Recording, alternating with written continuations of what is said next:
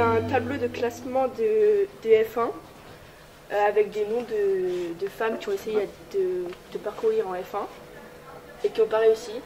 Et voilà. Qui n'ont pas réussi à gagner ou qui n'ont pas réussi à courir?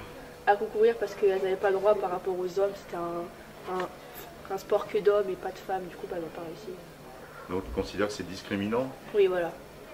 Nous, c'est sur le lien entre les enfants et les parents.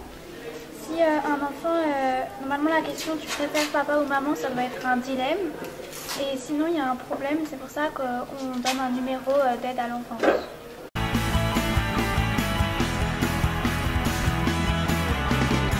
On fait un projet sur la grossophobie. Alors, c'est quoi la grossophobie? La grossophobie, c'est des discriminations sociales par rapport à son poids. C'est un poids, un surpoids, l'obésité. Alors expliquez-moi ça, vous voulez parler de la mode? On parle de quoi là? Du quotidien? On parle de l'image des médias? C'est quoi? Oui, bah, par exemple dans les magasins, les mannequins, on trouve toujours des mannequins super minces, même au niveau des tailles. C'est plus facile de trouver du S que du XXL, ça c'est sûr. On a trouvé un jeu de mots avec les normes de la société, et les normes gros et pas les normes énormes quoi.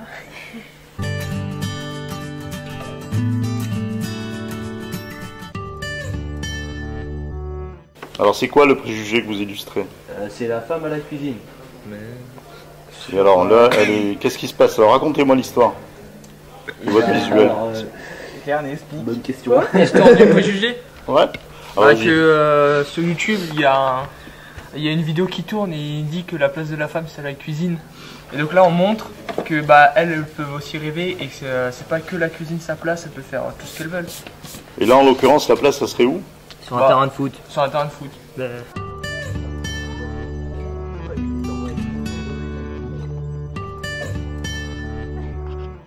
Alors, on fait un travail sur les inégalités salariales au football entre les hommes et les femmes.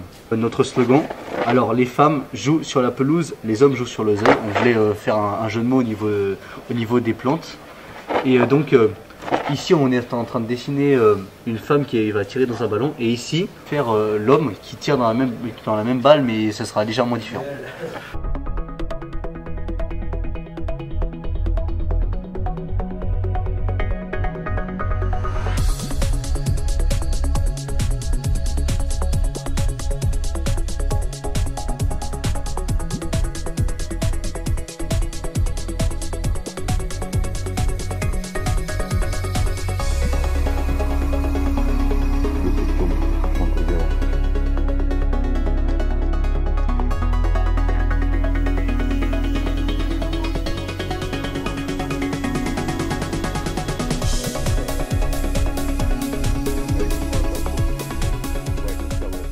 Alors, la classe, c'est une classe à projet agriculture et au sein de l'équipe, on a décidé de travailler sur l'égalité homme-femme. Donc, c'est un projet interdisciplinaire. Ils vont avoir à monter une exposition à la fin de l'année sur ce thème-là. Et là, l'atelier, c'était aussi pour les faire réfléchir sur ce qui pouvait être impactant sur une affiche. Donc, le but, c'était qu'ils choisissent un angle d'attaque par rapport à la thématique. Qu'ils soient capables de trouver un slogan percutant et de trouver une manière d'approcher la thématique qui soit à la fois originale, créative et percutante. Je pense que c'est une thématique qu'ils ont commencé déjà à aborder au collège. C'est pas une thématique qui est complètement inconnue. En revanche, là, sur ce projet-là, ils ont eu très rapidement des idées très arrêtées sur ce qu'ils voulaient faire. Et j'ai beaucoup d'élèves qui sont partis sur l'idée du sport, visiblement, qui est une thématique qui leur tenait à cœur pour montrer ces inégalités. Le bénéfice pour ces élèves de ce type d'atelier? Alors, j'espère que c'est essayer de réfléchir d'une façon différente. Essayer d'approcher une problématique, de réfléchir sur cette problématique et de réussir non plus à la présenter sous forme de mots comme ils ont l'habitude en français, mais à la présenter autrement, donc sous forme d'une représentation artistique qui peut changer d'un groupe à l'autre. Alors j'ai vu que cette année ils avaient beaucoup utilisé la peinture quand même, donc c'est une approche qui visiblement leur plaît beaucoup. Mais c'était voilà, essayer de réfléchir d'une autre manière que par des mots. Les mots sont présents, mais ils doivent être en lien avec une illustration qui fasse mouche quand on passe devant l'affiche. C'est un temps qui est pris aussi sur d'autres matières? Oui, tout à fait. C'est-à-dire qu'ils sont sortis de cours 2 heures par jour pendant 5 jours. Et là, je remercie beaucoup mes collègues qui acceptent cette différence d'emploi du temps, cette différence aussi de manière de travailler, parce qu'ils n'ont à chaque fois qu'une partie de la classe et jamais les mêmes élèves. Donc, ils font preuve de beaucoup de résilience avec moi sur ce projet-là.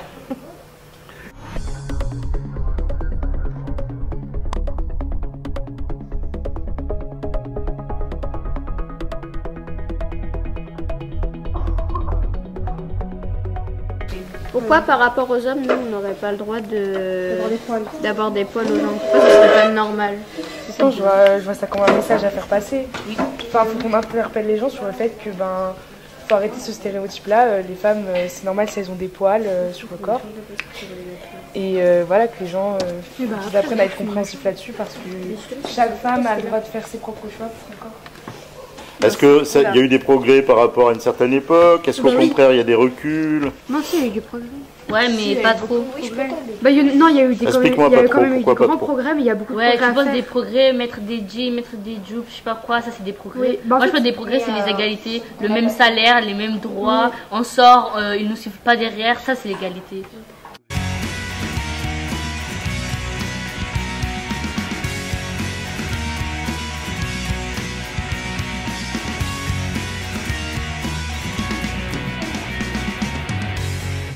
C'est sur les stéréotypes sur les femmes. Donc là par exemple on a mis la phrase « femme au volant, mort au tournant ». Et en dessous on écrit que non, en fait 82% des accidents mortels sont causés par les hommes. Donc ça c'est un stéréotype qu'il faut casser? Oui. Tu savais ça avant de faire des recherches? Non. C'est quoi un stéréotype? Je sais pas. C'est une idée reçue. C'est une idée reçue. Là, l'idée reçue, c'est quoi? C'est qu'on dit toujours que les hommes conduisent mieux que les femmes, alors qu'en vrai, c'est les hommes qui font le plus d'accidents mortels comparé aux femmes. Tu sens que la position de la femme, elle est comment dans la société occidentale en 2022? Elle est quand même en dessous de l'homme. Ouais, dans quel domaine? Que ce soit au niveau du salaire, des stéréotypes justement, on dit plus souvent que les femmes elles savent pas faire quelque chose, ou alors qu'elles font que la cuisine ou le ménage. Est-ce que vos générations, elles en ont conscience et du coup tu penses que ça va changer ou pas? Je pense que nos générations elles en ont plus conscience que celles d'avant et que ça va changer un peu.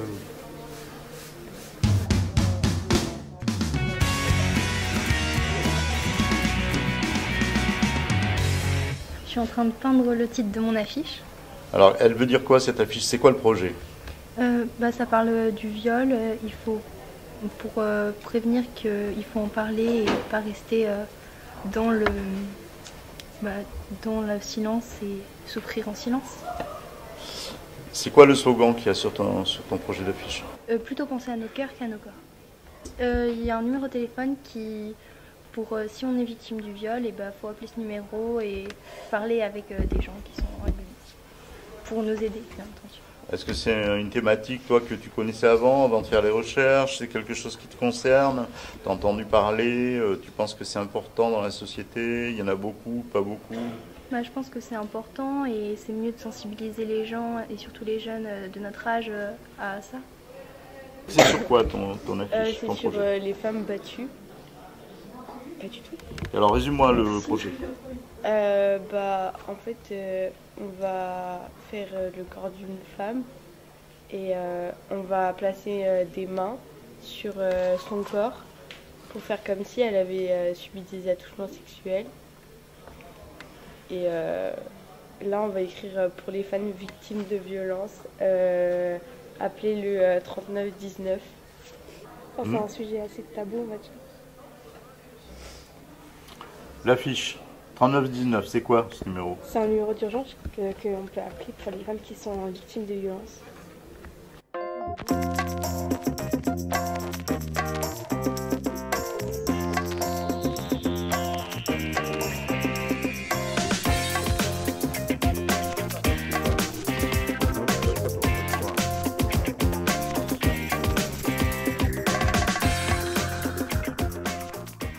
On trouvait que de nos jours, les tenues des filles étaient trop mal vues. Et du coup, voilà, on a voulu déguiser le garçon un peu pareil. Et le dessin, l'idée du dessin comme ça? L'idée du dessin, c'était pour un peu choquer. Parce que comme ça, ils ont la même tenue.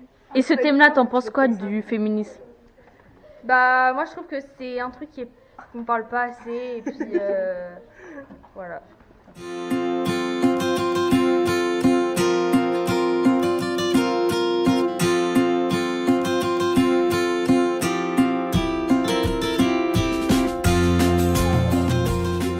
Alors nous on fait sur la violence conjugale. Ouais, et alors Ouais. ça consiste en quoi le visuel, c'est quoi? C'est une silhouette d'homme qui bat une femme. On a le problème donc avec l'homme qui bat la femme. Donc là après on met la phrase elle est recouverte de bleu mais ce n'est pas un jeu. Après on montre que la violence, il faut arrêter ça. Et là on a fait la solution avec le numéro pour appeler s'il y a des violences conjugales. Tu crois pas qu'il y a des femmes qui ont honte de les porter plainte justement? Si. Parce que c'est leur mari. Qui retirent les plaintes sous la pression du mari, etc. Si, parce que encore une fois, par rapport pour moi, demain, on apprend qu'une femme, elle se fait tabasser par son mari. Pour moi, elle mériterait une amende. Il mériterait, une amende et... Mais ils ont des amendes, ils sont condamnés, ils vont en prison. Ouais, mais ils recommencent. Ouais, mais ils recommencent derrière. Il y en a, ils recommencent. Il y en a, ils ne comprennent pas. Donc pour moi, ce serait une plus grosse peine qui pourrait faire voir la peine à vie. Voilà.